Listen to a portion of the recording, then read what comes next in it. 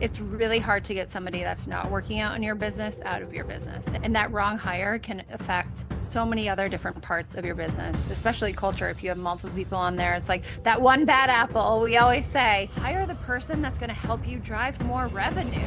You're trying to like focus too much on aesthetics and you're not like leaning into the things that you should be doing. Get the clarity of like, what is on my plate right now that I know I'm not best at and I don't want to be doing anymore? Welcome to Builders, the podcast for impact-driven leaders who are done carrying it all and ready to scale with clarity, strategy, and freedom.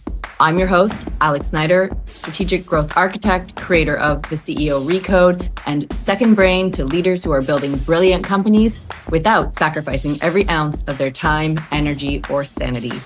Each episode, I sit down with bold leaders who've rebuilt, recalibrated, or redefined what it means to lead well and live well on their own terms. We talk messy pivots, leadership upgrades, tactical wins, and the deep personal work it takes to build a business that actually works for you. If you love the episode, make sure you follow, rate, and share it with another leader who's building big and wants to build smarter. And if you're listening and thinking, damn, I need someone in the guts of my business with me, let's talk. Book your free business breakdown call using the link in the show notes. In 30 minutes, I'll help you pinpoint where blockers in your time, team, or strategy are silently stalling your growth and define 2 to 3 high impact shifts you can implement now to regain traction and build momentum. Now, let's dive in. Let's build it better. Welcome to Builders. Meghan, I'm so excited to have you with us today. Thanks, Alex. I'm very excited to be here. I love this moment for us, this like full circle moment. Same. I am thrilled. So much has changed since we first met. I can't wait to, you have such a accomplished list of titles. I mean, Forbes Ranked Executive Recruiter. You really focus on high-end retail luxury. You are also an accredited career coach. You are also an angel investor, a speaker, a podcast host, an absolute style icon, may I say. The list is quite long, and most recently, a tech founder of CONCÈ, which I am so excited to dig into. But as I always say, I'm just never going to do you justice. So if you can, in your own words, tell us who you are and what you're building. Well, you did incredible justice. So don't sell yourself short there, Miss All-Star yourself. But I mean, you really lined it up very well. But in my soul, when you think about Meghan Houle, you think about hiring. Right. I mean, that to my core, and I love telling this story now. Yes, as newly minted tech founder, I hired my first hire at the age of 20, working in like the it mall here in the US, the malls. Remember a mall? Goes to a mall. And I think from then, got my taste of knowing what it took to put together high performing teams and the success that comes from being this like career clairvoyant and saying like, we got a goal to achieve who are, and I call them like the Avengers now. Building my tech company, I was very much leaning into like Marvel, the Avengers. I'm like, okay, the superpower, everyone has their ring. We're going to come together and like rule the world. But we can't do it all. And we'll probably get into more of that as a founder. And I've learned that over the years, burn the candle at both ends. That's a title I've held also. But I think that for me, loving to help individuals navigate what's next for them professionally has just been something as I've curated teams my whole life for mall brands, fast fashion to working at LVMH and Louis Vuitton for many years, running global flagships, running multi-million-dollar businesses for massive global corporations, not for the faint of heart, to pivoting to agency side, as you well put it, as an executive recruiter with a reputation that has been recognized by top platforms, which I'm so grateful for, to now having this moment where I know it's time to serve in a bigger way, seeing the holes in the process of hiring and recruiting that have been going on for years, but really in decades, Alex. This industry, software process hasn't been disrupted. And I'm like, it's 2025. we can probably do better. And the market is screaming for it. The skies are opening. So, yes, all things hiring, recruiting, but absolutely love to be out there. I know that's how you and I met, putting my thought leadership out into the world, inspiring people to live their best lives, whether you're on a professional, corporate, girly, man, girl, whoever journey you're on. Can you tell I'm like very used to talking to like female entrepreneur groups? Or if you are a founder that is like, I have an idea and I want to bring it to the world. Everybody has their own path. But Mm. to our core, it's like truly we have to be able to believe that we're worthy and be able to navigate that.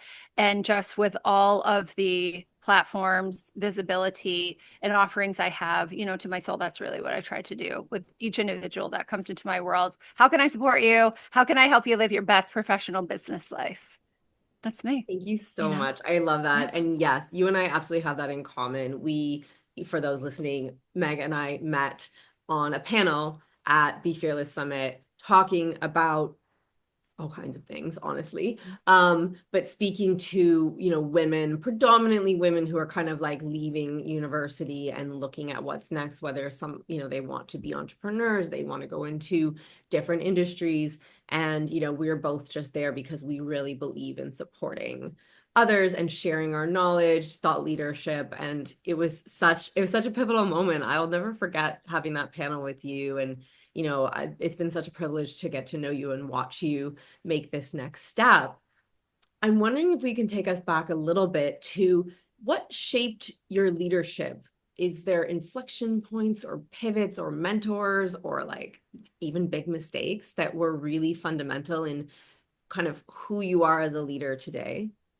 Oh, yeah.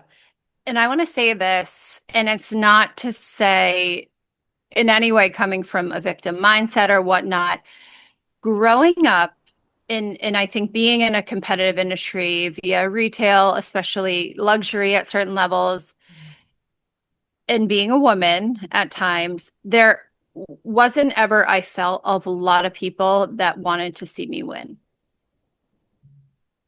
And I don't believe I truly ever had mentors growing up because the asylum that raised me was all about leaning into working 14-hour days, living and dying in the stores.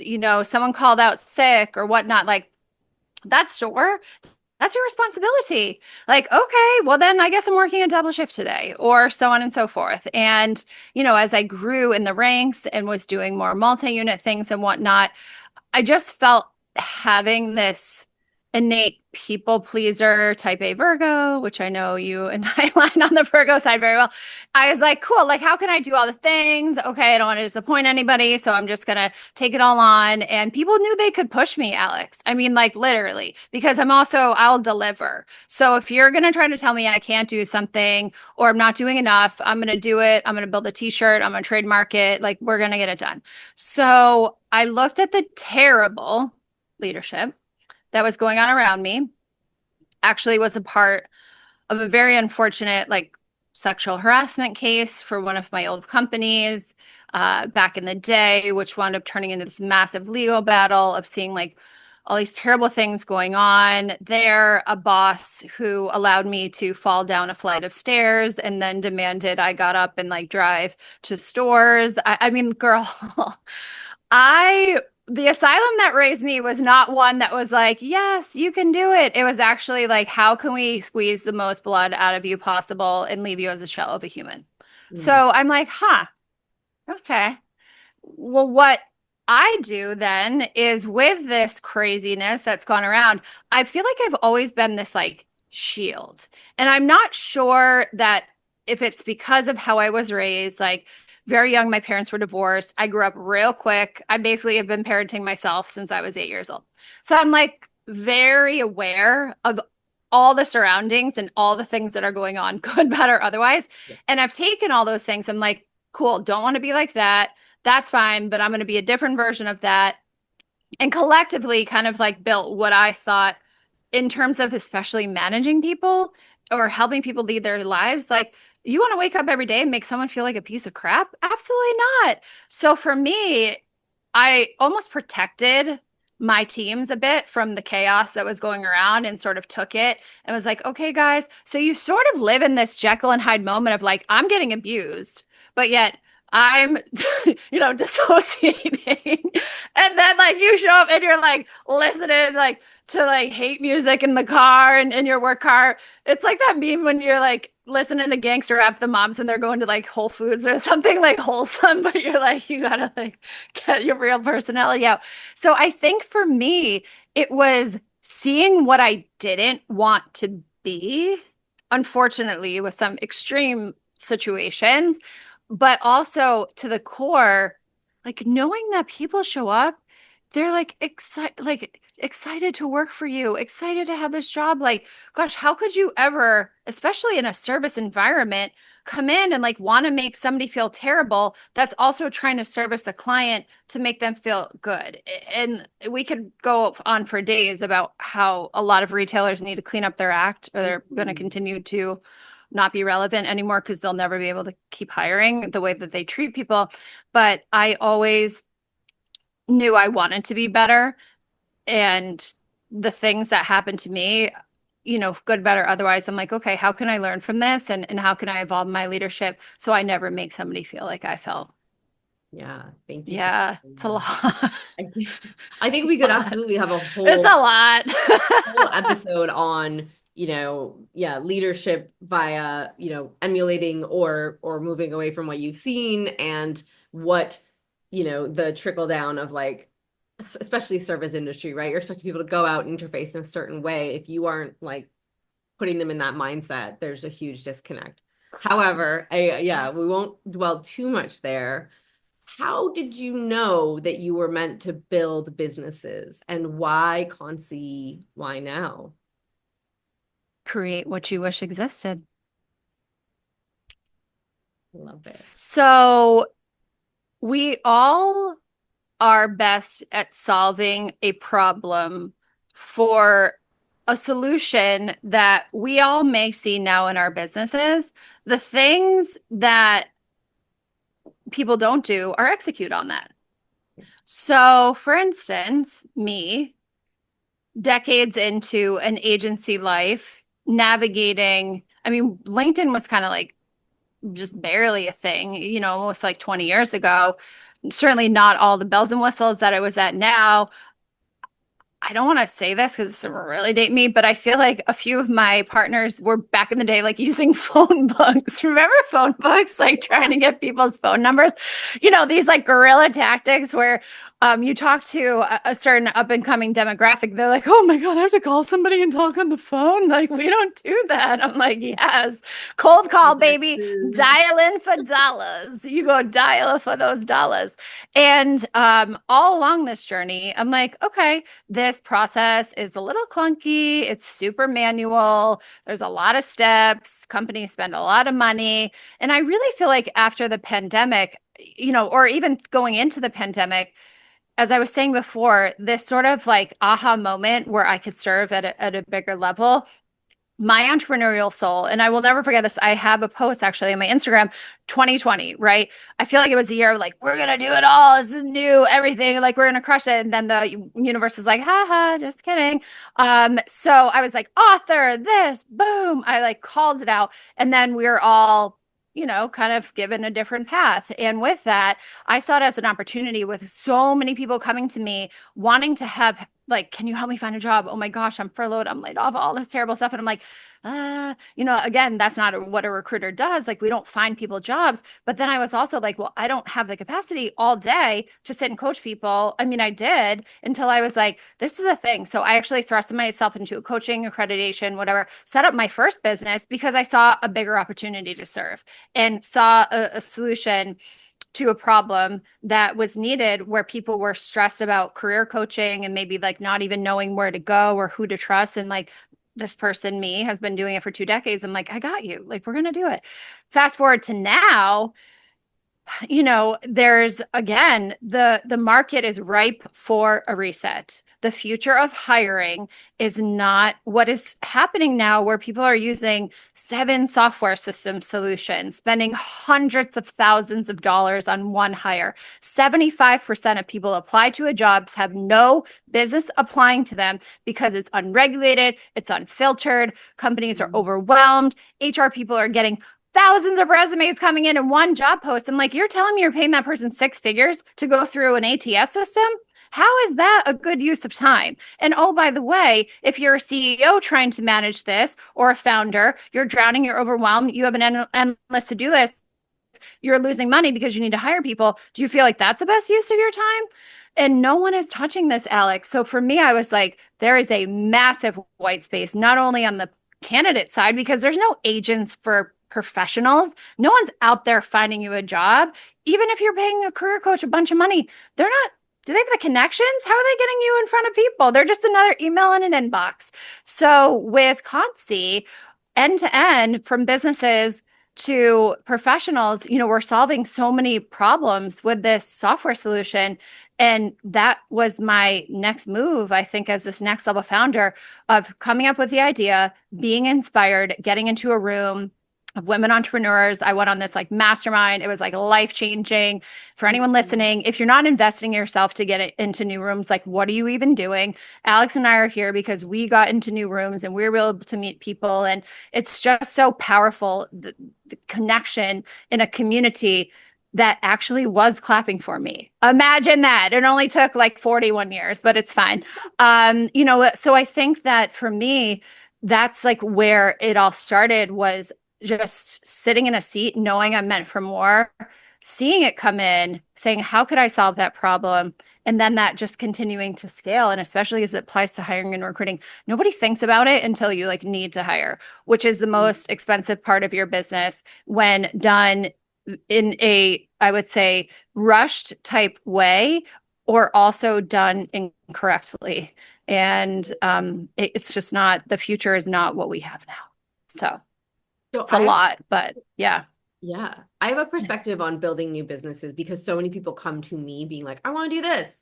Yeah. Because I've been there and I've done it. And I'm curious to see if you agree, or kind of how this worked for you with CONCÈ. So people come to me all the time like, I want to build this app. And I'm like, that's great. Like, what's the service, like, how, are people asking for this, and my view, and this is biased because we also did this even within our agency, our digital reality design development agency, where we would basically find a need, we would build something, and then we would figure out how to make it repeatable, and whether that was like ripping the tech out and creating something more productized or whatever. But I always tell people, my guidance, when it's free guidance and I'm not in the guts of your business, is create it as a service to the point where you have proven it and it's maxed out, and then figure out how to bring tech more into the equation and potentially turn it into a product, app, whatever. I'm curious what your perspective is on that, and if that's kind of how CONCÈ came to be, or if you were immediately like, no, I fully understand this needs to be a tech product and that's it. Yeah. Well, for 13 years, I've been doing this service manually. Right. Okay.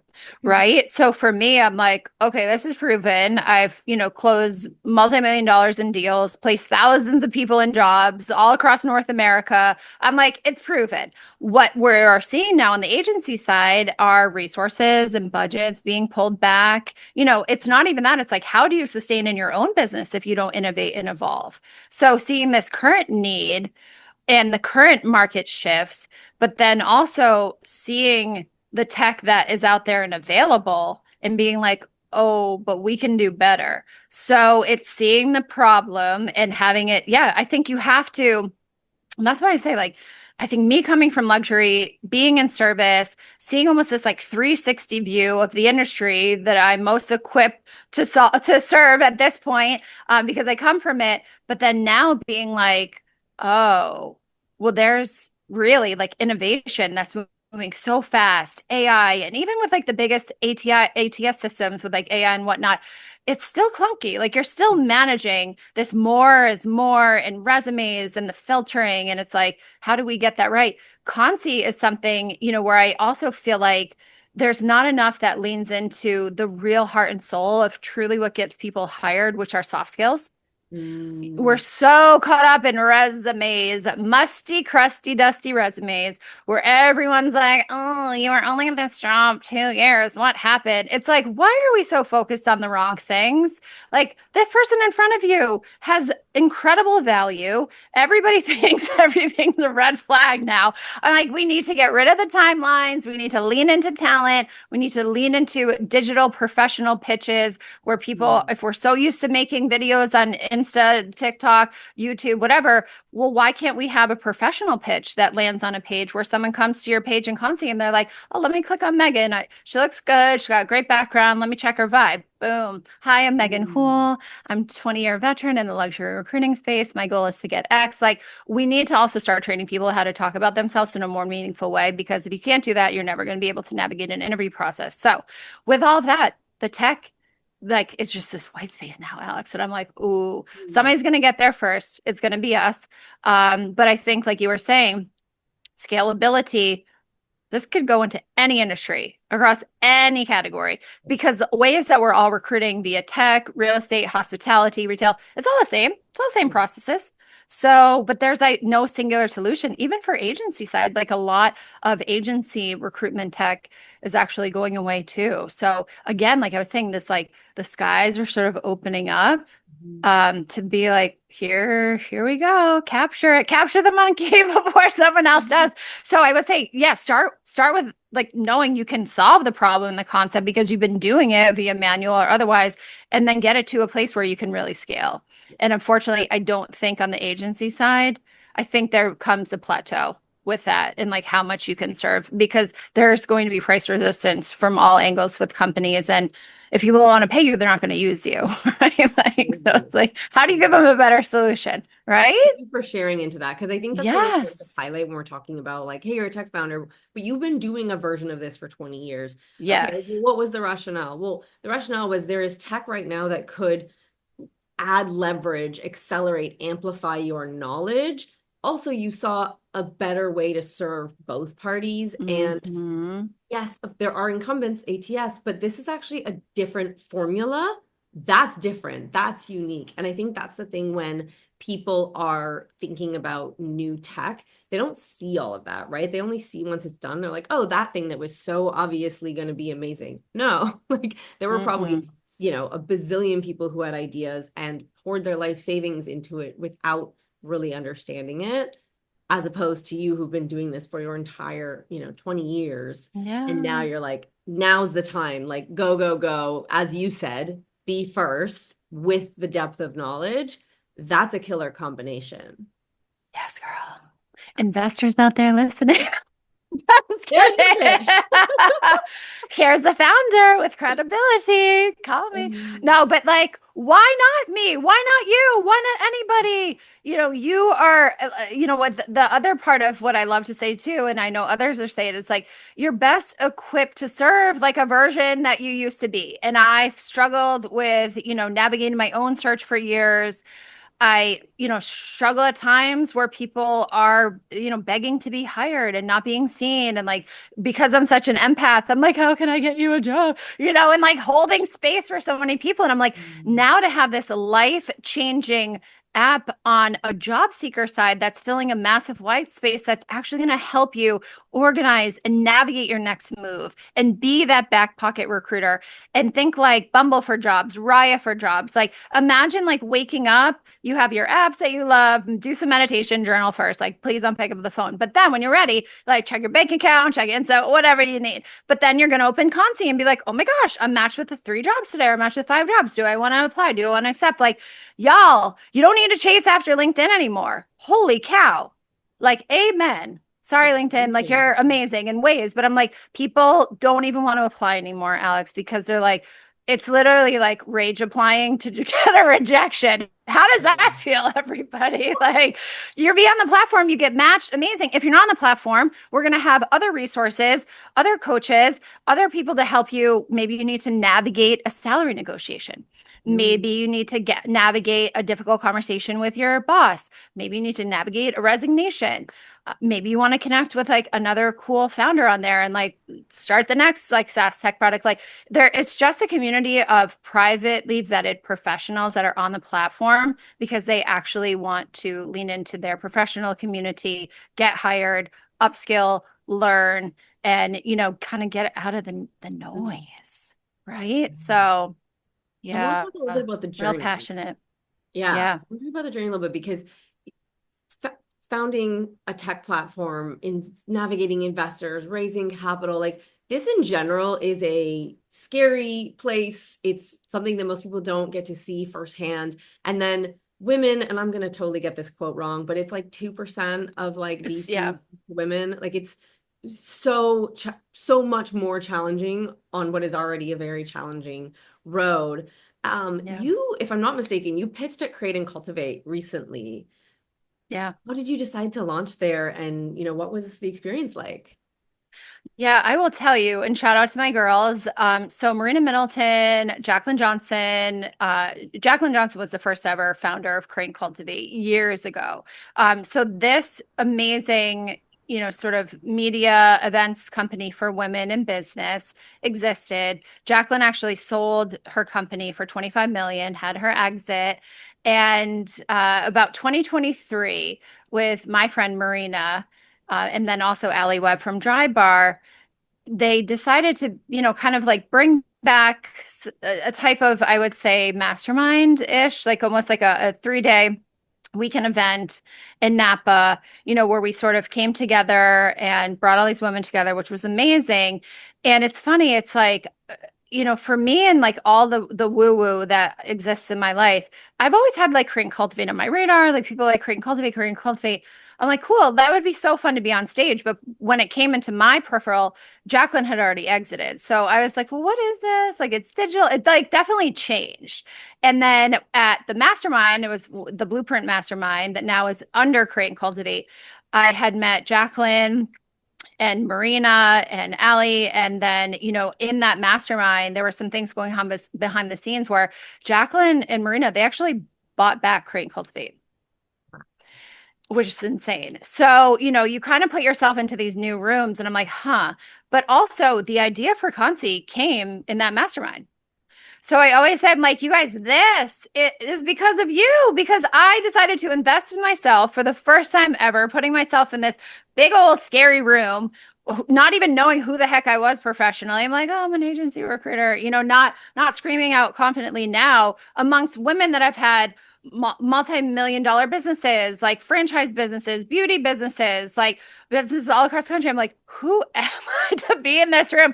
But I just got so inspired. And I think sometimes you want to be in rooms where people are doing the things that you want to be doing, and you kind of like latch into that energy and that universe, and you're like, I can do it all. So I actually thought about the business, and it was a whole different name back in the day. And from there, and I say this to Marina when I was at the festival a couple weekends ago, we actually flew home on the same plane from that first mastermind that I was in. And on the plane, I was like writing in the notes, kind of the business outline. I remember she got up to go to the bathroom. My Marina, look, guess what I'm building? And almost 2 years later, we had the opportunity to invest to do a pop-up at the Crane Cultivate Festival, which was in LA, which is incredible. It was like 2 days, like Coachella for like professional entrepreneurs. Like Sierra was there, Dolce performed this private concert. I'm like, what is life? And it was this full circle moment where, girl, it took a lot to get there. Let's not lie. But the decision to do that was because these were the women that helped me get there. I Like love that. chills. Like I saw my booth and I was like, this is my baby child. I'm crying. Like we brought it to life. We did the dang thing, which I know it sounds easy, just like when Simone Biles goes out and tries to win those gold medals, and we're like, we can do that. Double handspring backflip. Yeah, the people that are working the hardest behind the scenes make it look freaking easy, but it's not easy. It's not. And everyone thinks they can do it until they actually try doing it and they're like tapping out. But I think I'm so grateful for the connections, but it's a lot there that it's not luck, it's not anything. It's strategic investments, it's strategic positioning, Mm. and you're going to lose money. A lot of people are going to hate you. You're going to have to do a big old friends edit.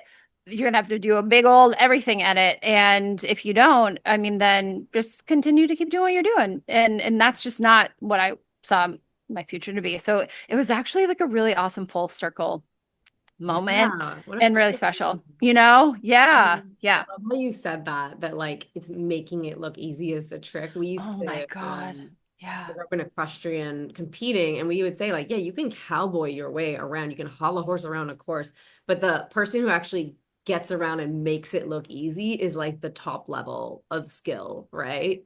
Oh my And I God. think that that Horses are is scary. Like, I mean, that's hard. I tried to ride a horse in Hawaii. I was like, no, no, but that's crazy. But Yeah. that to me is like so much why I do this podcast, right? Is to Yeah. talk about these things so that when if you're facing that today or you're thinking about it and thinking, oh my God, I don't even know, like everyone who is up where you want to be has been there, has faltered, has had the moments where they weren't sure it was going to happen, right? And I love what you said about the rooms. I think one of my biggest business expenses is being in the right rooms. I have paid to be in the room with people who are some of my best friends Mhm. now. Particularly women, Mhm. finding your group of women for me, like, is a game changer. And the women that are Mhm. cheering for me now, I mean, just I don't know what I would do without them. It's absolutely a game changer. So I love that you called that out. What kind of, I'm sure there's like years, I know there's years, but what did you do kind of before the event? Were you fundraising before the launch event? What did you do to prepare for it? I'm curious kind of what the highlights of that Oh my journey leading up gosh. to really bringing it out to the public was like Yeah. for Well, like I said, I mean, so January 2024, you. this business name was a whole different model. Like the inner workings of it was what I knew it wanted to be, but even like creatively and like try trademarking. So the first go around of this business, it was called Scout. Mhm. And, I sat at the mastermind in Napa and I was like, cool, like I'm ideating names and like, what do I want to call? So I'm like, what's another word for recruiter? Looking at all the things. I'm like, oh, Scout. Yeah. Try trademarking Scout as like a recruiting plan, like everybody. Okay. You're like, get real, Megan. So from there, I did almost like this like mini pitch in an abbreviated version of that mastermind from Napa where we wound up getting together in January. And, I got some harsh feedback right away. And I was like, cool. Like, I'm done. Like, I'm Okay. good. Thanks, guys. Mrs. Maisel, good night. Goodbye and good luck. So from there, I was like, but we still have an idea. So I think then that could have been, step one where I'm just like, no, everyone's saying it's like not great, not great name. And we focused so much on the vanity early on building our businesses. We actually were on this in a panel of like making things look pretty and perfect and the websites and spending $100,000 and all that. Yes, like eventually that comes, but I'm like, build the rock solid idea first. And like anything else will be coming up in inspiration and you'll get there. So from there, I really yeah, it's been what 16 months in the making where we were reiterating the names, trying to like kind of get some UX UI in, frameworking a bit about who we're serving. I think another big miss that people, happens when people build businesses, like they don't know their audience. Like they think like this is for everybody. It's not. I mean, if you're trying to build something for everybody, that's the pathway to 100% failure because you have to know your ideal client. You have to know who you're serving, why you're, best equipped to serve all of that. So for me, probably not until Christmas of last year when I shot my shot and I said, all right, we're going to catapult this. We have a new name, CONCÈ, which came from my luxury service days. I'm like, when you think about service, what types of levels, who serves? If it's not a scout finding jobs, I'm like, well, concierge people, you go to a hotel, five-star resort, you run right up to the desk. What should we do today? Or they map out exactly what you should be doing and you give them your profile and that's what CONCΗ is doing. We're helping businesses map out. We're like a five-star luxury resort for your job in business as it applies to hiring and recruiting. You're welcome. So with that, I was like, how can I really thrust myself and make this going? I called Marie and I said, I think I want to launch Set, Create, and Cultivate. And she's like, let's go, with big Brina Middleton energy. So I was like, okay, we're going. So I will tell you, fundraise before you need it. You're going to have 175 versions of your pitch deck, and everyone's going to have an opinion on it. Don't stress out about the deck. Like, get the key core foundations. I feel like you and I probably could do a masterclass on pitch deck and pitching now at this point. But then I was like, oh, we need some resources. And oh, by the way, we need somebody to build this. So again, harnessing my superpower Avengers, we had some UX UI, but I'm like, who is the engineering team? What is this? What is even that? Oh my God, I can barely turn on my Apple phone, truly. Not engineering this platform. So actually another individual I met at another mastermind, my friend Serena, is helping me build. And again, like putting myself in new rooms, like all these wonderful, beautiful humans that fall into your orb, and you're just like, I know them and they're here for a reason. Maybe I don't know it right now, but I will soon. And here you go. It's literally everyone in my life right now, even including you. So, I think that we fast tracked it. And I was like, guys, I knew we weren't beta testing by July because that was insane because we started the build in February. But I mean, I didn't have my first I was fundraising. I was doing multiple versions of the pitches, getting pitch deck coaching. I remember pitching for the first time, like friends and family in Zoom. And, you're just like so nervous, and to ask people for their hard-earned money, to angel invest in a friend, a family, a friend, where their savings and whatnot could be used for other things. We're like, Meghan, we believe in you. And I think what's so beautiful is the fact that so many people in my life have seen what I've been doing for a very long time and knowing how successful I've been. And they're like, the chips are on you. Great. That's angels. That's friends and family. People are going to believe in you. They invest in the founder. Now, I haven't taken on this yet, but I have talked to VCs, and that's a whole nother beast, right? Proof of concept, like, all the things, numbers. I mean, I have financial spreadsheets for days. We know our MRRs, we know our ARRs. Like, I do know it, but it's like insane. This language that never came out of my mouth, not even last summer, 1 year ago today, that how much you learn by just the doing, and scary, uncomfortable, but now it's like pretty freaking cool to be able to go in and talk like SaaS metrics and these investor conversations. Can anyone giving you their cash? They're like, what is my rate of return? Hold on. Hey Siri, turn off. Why did Siri just came on? Oh, it's like head over heels. There's a reason. We'll edit out, don't worry. Anyway, so with that, I think that the things I could learn and maybe teach people are like, get some funding a little sooner, especially in a climate where we're in 2025. And if you don't have resources where there could be months where people like aren't investing, but there's still things to pay for, you got to be okay with saying like, I'm about to take my life savings down to the level possible. But when you believe in something, and I think when people look to invest in you, they're like, oh, you've dropped almost $500,000 of your own money into this. This is like no joke. And I'm like, no, this isn't, like a project. This is an actual solution where we're going to change the world. And that's how strongly I believe in it. So, you're going to learn a lot of new things and make yourself real uncomfortable. But how good does it feel to like stand in your voice and be like, this is my company. This is why I'm building it. This is what I'm going to solve. This is how I'm going to kind of change whatever space that I'm navigating. And this is why you should invest in me. And they're going to hear a lot of no's, and that's okay. You don't want everybody on your cap table, so that's fine. Their loss. But no, I'm like, right? You're like, their loss, but also call me if you want to invest. I mean, really, it starts with you and the founder. And if you don't believe in your idea and you don't have, the good enthusiasm behind it, especially as a woman, I know it's crazy, Alex. Like I'll hear, people going to these dinners, male dinners, and like they walk out of the room with like $2 million, and like they said something out loud. I have 100 pitch decks. I'm just like, what's to hear?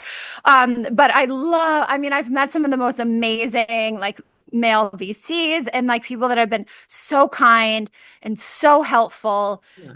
So just go, just do it. Yeah. And yeah, it's a little scary asking people for money, but not when you know you have something that is incredible that you're just so passionate about. So it's been a journey, really has been.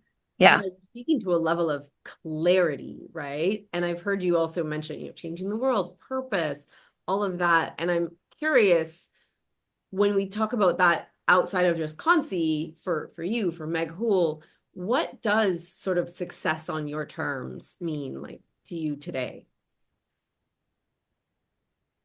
Well, as you saw me coming into this podcast, listen, there are going to be seasons where you're straight out.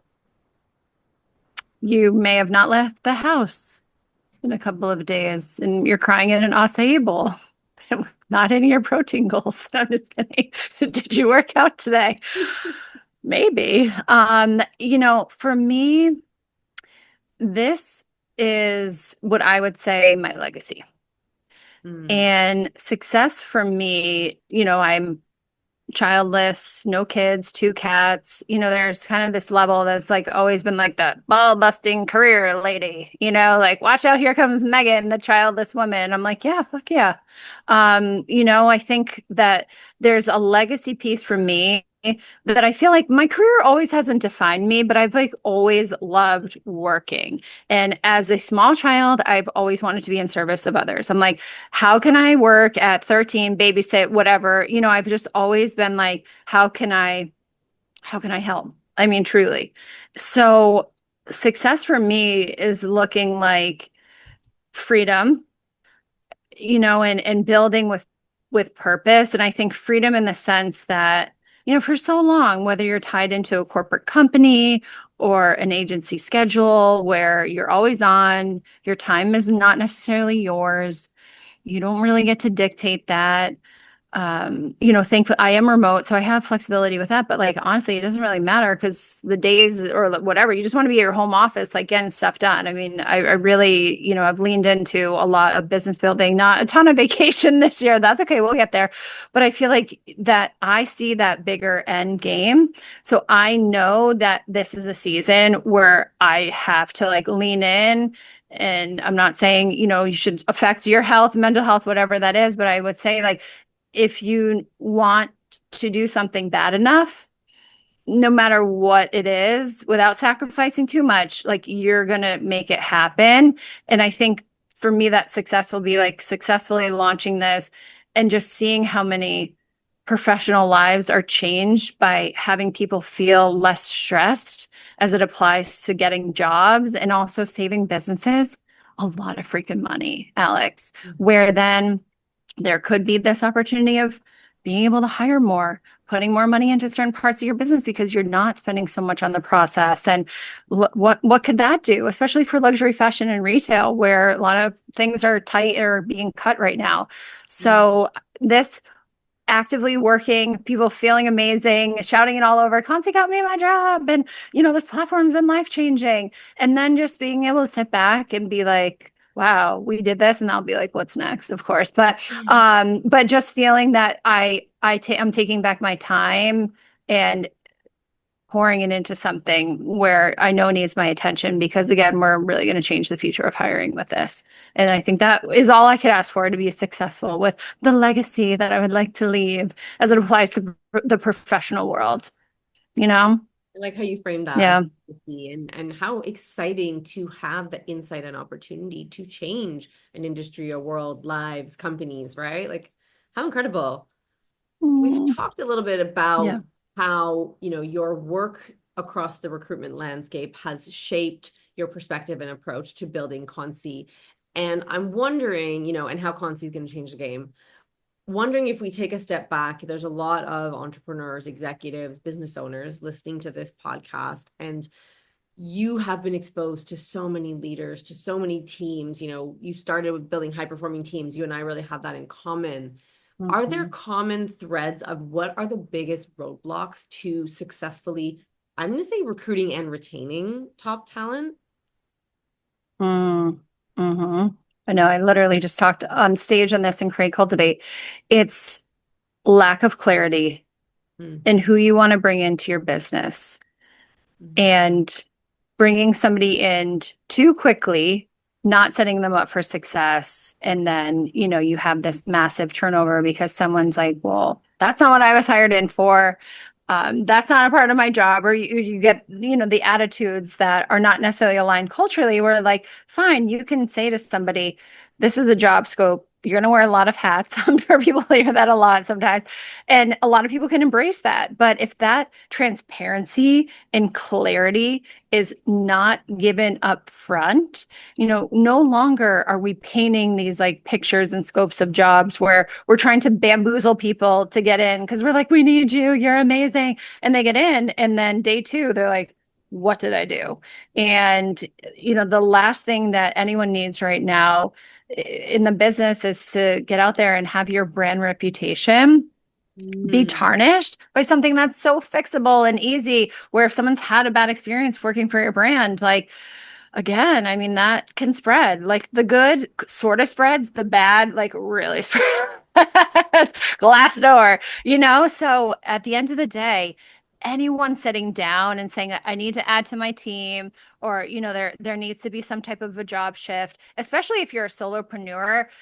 I always say this. I'm like, hire the person that's going to help you drive more revenue. Like, Mm. what is taken away from your business because you're trying to like navigate all these things and you're not taking that business development call? You're not able to do that, or you're trying to like focus too much on aesthetics and you're not like leaning into the things that you should be doing because our to do list is never ending. So, at the end of the day, businesses need to make money, like unless that's Mm. not maybe not your business model. So how can you bring in maybe an EA, a VA? Like there's just so many like virtual or remote opportunities, or an expert marketer. Google, it's like whatever it needs, but like get the clarity of like what is on my plate right now that I know I'm not best at and I don't want to be doing anymore. Mm. That's sucking the life out of you and not allowing you to drive revenue. And then if it's a brand or anyone navigating an interview process, like make sure the interview process is transparent, there's good communication throughout. It's streamlined. You're allowing for people to be under the impression of whether or not they're getting the job or not. Like, let somebody go, like, give them a no if they're not going to be right for your business. Like, let's not ghosting people. But I just feel like it's all of that. It's lack of clarity, lack of communication, hiring too quickly, thinking that we can hire people in and they're going to be the unicorn. We need a unicorn, a purple unicorn. I'm like, no, like, we're hiring people. Like, let's stop looking for purple unicorns. So within that, like, I think that really is the key to success. If you're bringing in anyone and really wanting to have them be set up for success and keep your brand reputation intact, like don't just throw people into the lion's den. No one wants to work like that anymore, like with no clear expectations or deliverables, or you're going to do this, but now day two, you have 18 different other jobs. No, so Right. it's gonna be It like, sounds no, like you thank need you. like clear strategy, clear Yes. operational design, team structure, and then to identify, the role and the culture and fit and kind of person you're looking to fill that role rather than like, we need help, get a We body in just need here. help. Like, okay, what does that mean? And what's on your plate now that is distracting you, especially in the smaller businesses where I feel like they really struggle. Um, just hire slow, take your Mm. time, because that it's really hard to get somebody that's not working out in your business out of your business. And it can be a nightmare. And that wrong hire can affect so many other different parts of your business, especially culture. If you have multiple people on there, it's like that one bad apple, we always say. And you don't want to be so disruptive that you get into a real pickle where nobody wants to work with that person anymore, and they're like, we're done. So it's a delicate dance, however you frame it, shape it. I'm here to help. We have all these fun resources coming up, but Mm. certainly if anyone's struggling, feel free to connect with me. There's a lot of ways. I do a lot of business consultation and advising on like early stage hiring or like big hiring sort of talent shifts, where sometimes it's nice to talk it out with an external person. And Yeah, I probably was you gonna help people say too, right? With your ops as absolutely. well. Yeah, yeah, yeah. So, yeah, I was going to say we wrap up with a few rapid fires, but before we yeah. do that, I want to make sure, how do people know they need you? And if they feel that they want to learn more about you, about CONCΗ, reach out, what's the Mhm. best way to do that? We'll make sure we capture that in the show notes. Yeah, well, in the show notes, I will send you both links. If you're a job seeker, get onto the wait list. Again, as I said, we'll start in a luxury fashion world, beauty, CPG, wellness, and anything kind of service related or things that we love to buy. But CONCÈ is going to scale. So even if you're not in the business or you're a founder, or you may be kind of seeking some type of pivot, get on the wait list because we're going to see you. We're going to activate you when we know we have jobs. You're going to be a part of our career community no matter what. You're going to get our resources. We're going to have master classes. It's going to be amazing. For businesses, if you're interested in testing the platform, we'll be looking for beta, from now till early 2026. We would love to have you on the platform. So check out those two links. MeghanHoule.com is really kind of like where my whole other life lives of just who am I and all the messaging and the podcast. And I'll have a new season kind of coming out and reimagining some things. There's a lot of resources there. And on Instagram, we have at Hire with CONCÈ and at All Things Meg Houle, just for like daily inspo. I can't wait to keep, bringing CONCÈ to life on Insta. You feel like it's this like new child. You're like, ooh, what outfit do you want to wear today? So we have a lot of content that we're going to be doing, educating other thought leaders. I'm excited to like keep going to events. So maybe I'll see some of you guys. Like DM me and tell me like where do I need to go next? Like let's do this. But thank you for all the support, everyone. And I can't wait for the launch of the platform and all that is to come. So crowdsource rooms to be in, events to speak at. Let Meg know where she should be. Goes on this CONCÈ roadshow adventure. We have 5 rapid fire questions you can pass. It can be a 1-word answer, whatever works for you. We just want to know you a little bit as we wrap up. Yeah. What is one decision that changed everything for you as a leader? Getting out of an environment that didn't serve me any longer. What does strategy feel like when you're doing it well? Flow, like ease and flow. Yes. Is there a book, podcast, or person that really cracked something open for you? Oh, jeez. There's so many. I mean, shout out to all my female entrepreneurs. The person that really cracked me, and I'll give her her flowers. So, my friend Chris Gordon, who is a PR like maven. She has a company called CB Communications, and she really helped me find my voice. So if you're struggling, she does media training. I was on Good Morning America, as you know, like these opportunities that little Megan, who could barely talk about herself in a meaningful way, would have ever dreamed about having. Working with somebody that can really help you coach you into defining your voice. What do you want to say? How to do it concisely? I think she really changed her trajectory of all I'm doing and probably why I'm on bigger stages and things. So that's one person, but lots of offerings. Yes. What's something you've said never again to in your business? Free consultations. I'm so sorry. I can't work for free now. No, I'm just kidding. I mean, it's call me, like I will find time. But I think like at the end of the day, and we struggle with this as women, it's like stop giving your time away for a free 99 because that in itself too is the pathway to failure. Like you don't have time for everyone to pick your brain. Yeah. No, time is money. You have resources. You're valuable. Everyone else has the audacity to charge. So can you. So I just don't like if people are coming to me, especially like as you build a reputation, it's an investment. I would not be here if I didn't invest in the people that I did. Period. If you had a free weekend and 0 obligations, how would you spend it? Oh my God. Well, I just extended. I would be on a plane somewhere, probably either Napa or we would try to be going to Hawaii to like hang out. And at this point, I probably would never come back. I'm like, leave me in Hawaii. I'm done. Traveling, wine country or beach. Oh yeah. Whew. Love it. Megan, thank you for joining me on Builders. Thank you for sharing your expertise and your passion. It's been a pleasure. Oh my God, thank you so much. Love you, girl. Love you too. That's a wrap for this episode of Builders, where we get real about what it actually takes to grow companies that perform without grinding you into the ground. If today's convo sparks something for you, here's what to do next. Follow the show, drop a 5-star review, and share it with someone else who's building big. Don't let it be lonely at the top. If you're ready for more clarity, more leadership freedom, and less of a duct tape and go growth vibe, let's connect.